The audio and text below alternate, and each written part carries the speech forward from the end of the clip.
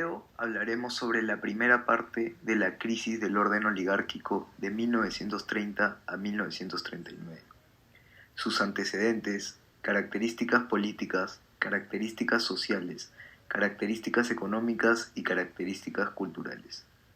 En primer lugar, me gustaría definir el significado de oligarquía, que consiste en una forma de gobierno en la cual el poder político es ejercido por un grupo minoritario de personas pertenecientes a una clase social privilegiada con influencia en el sector político.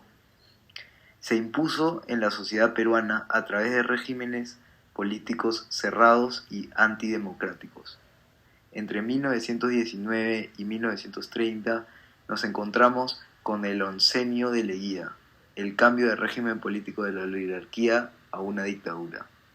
Luego, de 1930 a 1939, el tercer militarismo. Antecedentes. Pasaron varios sucesos antes de la crisis del orden oligárquico. La oligarquía peruana, antes del oncenio de Augusto Leguía, constituía por un reducido grupo de familias aristocráticas que tenían el control de las principales actividades económicas del país, así como la administración del Estado, poder económico, político y social en un solo grupo.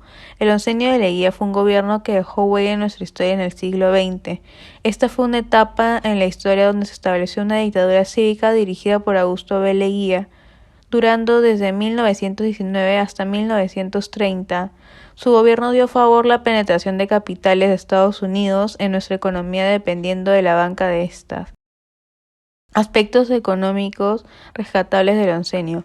La implementación de inversiones en América del Norte fue principalmente en el sector minero. Cerro de Pasco Mining Co., Mining and Smelting Co., Petroleum, una empresa petrolera internacional, y textiles como Grace & Co. y Duke & Fox. También hay presencia de capital norteamericano en actividades comerciales y de comunicaciones. Para 1921, las importaciones norteamericanas representaron el 45% del consumo interno. Mientras tanto, el gobierno se endeudó fuertemente con los Estados Unidos, aumentando su deuda externa con ellos de 10 millones a más de 100 millones en solo 10 años. Aspectos políticos rescatables. Leguía promulgó la Constitución de 1920 para darle el marco jurídico a su gobierno, al cual llamaría la Patria Nueva. Buscó la participación política de los sectores sociales marginados como la clase media y el pueblo. Estableció la burocracia estatal. Se firmó el Tratado Salomón-Lozano. Se cedió a Colombia una porción de territorio llamado Trapecio Amazónico. Se firmó un tratado en Lima. Se cedió para siempre a Chile la provincia de Arica y se recuperó Tacna. Características políticas. Tras el fin del oncenio de Leguía en 1930, el Perú pasa al tercer militarismo. La oligarquía acordó una alianza con los militares, escogiendo a Luis Sánchez Cerro, un militar político del partido Unión Revolucionaria, como su representante en las elecciones de 1931. El comandante propuso el control de la educación y la prensa, para orientar a las masas hacia valores relacionados a la religión y la patria. Además, garantizó la permanencia de la estabilidad social conservadora y el modelo económico.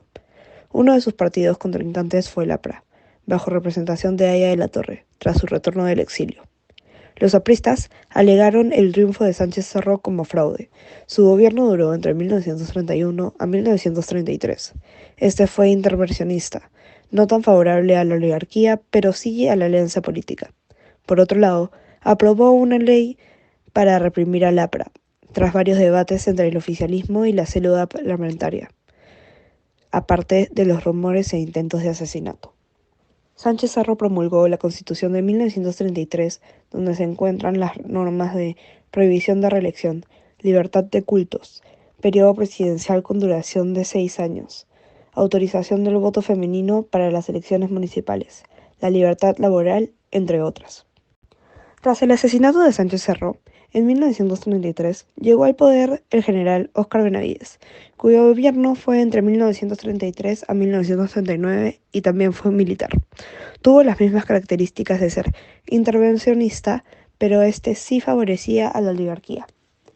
Benavides intentó relajar los aspectos represivos de su antecesor y decretó la ley de amnistía para los procesos políticos. Por ende, las relaciones con el APRA mejoraron. Durante su gobierno se regulariza el orden público y se promulga el Código Civil. Características sociales. El tercer militarismo, en especial durante la época de Sánchez Cerro, se caracterizó por reprimir a los opositores y a los sectores minoritarios de la sociedad. El carácter fascista apareció en los actos de violencia contra los apristas y los comunistas, además del control ejercido sobre la prensa. Por otra parte, se construyeron caminos como la carretera central, la carretera de Pucallpa, etc. Se hicieron obras de irrigación, como las pampas de La Joya en Arequipa, y en Ica se realizaron obras de defensa. Se crearon escuelas modernas, prácticas y especializadas, y se clausuró la Universidad Mayor de San Marcos, tras la sublevación del Callao. Se impulsaron varias campañas xenófobas contra la inmigración asiática. Durante el gobierno de Benavides, se terminó la construcción del terminal marítimo en el Callao. Comenzó la construcción del puerto Matarani. Se modernizó la capital. Se instituyó el seguro social para los obreros. Se instalaron barrios obreros, comedores populares. Se construyeron caminos como la carretera panamericana y caminos a la selva, haciendo que el aislamiento geográfico se deteriore. Además, se reabrió la Universidad Mayor de San Marcos. Características económicas. Se asentó y consolidó el modelo exportador bajo el dominio del capital extranjero que privilegió la exportación de materias primas y alimentos al mercado exterior. Sin embargo, limitó el desarrollo del mercado interno y la actividad industrial. El 5 de noviembre de 1930, el por entonces presidente del Banco de Reserva, Manuel Augusto Olaechea, propuso la Avenida de la Misión, presidida por Kremer. La Misión Kremer consistió en una serie de propuestas de remodelación de los sistemas monetarios, bancarios y fiscales, que luego se convirtieron en leyes. Los gobiernos como el de Benavides, Bustamante o el de Prado están interesados en desarrollar el mercado interno. Entonces, hay un intento por promover su desarrollo. Y siguiendo un poco con lo que pasaba en Europa, con los gobiernos que son un poco controlistas, intervencionistas, el Perú tendrá una cierta intervención y gasto estatal a diferencia de otros años. O sea, el Estado gasta en obras públicas, se crean bancos de apoyo para la construcción de viviendas como también para apoyar la minería y los productos agrarios. Hay bancos estatales con apoyo crediticio, hay modificación del sistema de impuestos, etc. Se crean corporaciones estatales, las cuales tienen un papel que consta en buscar el desarrollo de las provincias. El Estado está interviniendo en la economía y está facilitando el desarrollo de la industria nacional. Entonces, esta es la época de la aparición de corporaciones, que permiten una industrialización del país. Características culturales. Si bien se había iniciado un proceso migratorio desde el campo hacia las ciudades, el peso mayor de la población rural era indiscutible. El ingreso de nuevas ideas y costumbres a la zona rural serrana fue lento. A la débil estructura de comunicaciones se sumaba también un pobre avance en el desarrollo de los medios masivos de información. Los asentados andinos conocían grandes feudos. Las comunidades reproducían su lengua, cultura y forma de vida sin graves interferencias. En las ciudades, las clases dominantes imponían un estilo aristocrático a sus pretensiones burguesas. Desde la ciudad se veía al campesino como serrano o como indio. Era el pueblo al que había que culturizar. La cultura indígena era menospreciada o se le ponderaba paternalistamente, y al obrero se le trataba con benevolencia aristocrática. Antiguos propietarios rurales de la costa se trasladan a Lima. Propietarios serranos y empobrecidos hacen lo mismo y juntos pasan a engrosar las nuevas clases urbanas, formándose así las barriadas, que son viviendas precarias en terrenos públicos o privados surgidos de las invasiones. Se produce un incremento notable en los procesos migratorios, sobre todo de la sierra a la costa, creando así la informalidad como fenómeno masivo, mientras que las distintas tradiciones del Perú inician un contacto y una interacción generando así el desborde popular, cuya intensidad irá a partir de entonces en constante crecimiento al mismo ritmo de la explosión demográfica. Conclusiones. El Estado oligárquico fue represivo a través del ejército y en tensión con el poder de los gamonales, ya que no era posible la participación de partidos populares, las mujeres y los analfabetos, siendo estos en su mayoría indígenas. Esta fue una época en el Perú donde los rangos sociales estaban muy marcados y la población se encontraba manipulada por los políticos y los medios. El oncenio de Leguía fue una época del gobierno de Augusto Bernardino Leguía en el Perú. En entre 1919 y 1930. Se caracterizó por el desplazamiento del civilismo como fuerza política predominante, el culto a la personalidad y su estilo de gobierno dictatorial y populista. Leguía ya había sido presidente constitucional entre 1908 a 1912.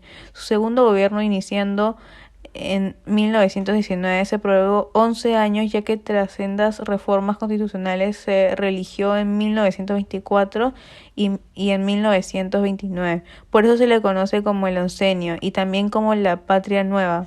Su último periodo se vio interrumpido por un golpe de Estado perpetrado por los militares, encabezados por el comandante Luis Miguel Sánchez Cerro. El tercer militarismo fue la etapa en la cual sucedieron varios gobiernos militares, primero con el gobierno de Sánchez Cerro y luego de su muerte con el de Óscar Benavides, donde Sánchez Cerro convocó a una junta de gobierno. Sin embargo, alzamientos militares y manifestaciones de obreros y estudiantes desataron una grave crisis social y política que lo obligaron a dimitir. El modelo hacia afuera que promovió la oligarquía, basado únicamente en la exportación de materias primas, afianzó una economía dependiente, con escaso valor agregado, carente de una política de industrialización nacional capaz de diversificar su oferta económica para volverla más competitiva, preservando la presencia de enclaves generadores de desigualdad social y económica todavía vigentes en muchos países de América Latina. Por último, también podemos destacar la pasión o la obsesión, por decirlo de alguna manera, de la oligarquía por tener el poder. ¿Cómo es que ésta se une a los militares para luchar contra el APRA y el comunismo? Y cómo es que su rivalidad lleva a una serie de muertes y manifestaciones alrededor de todo el Perú.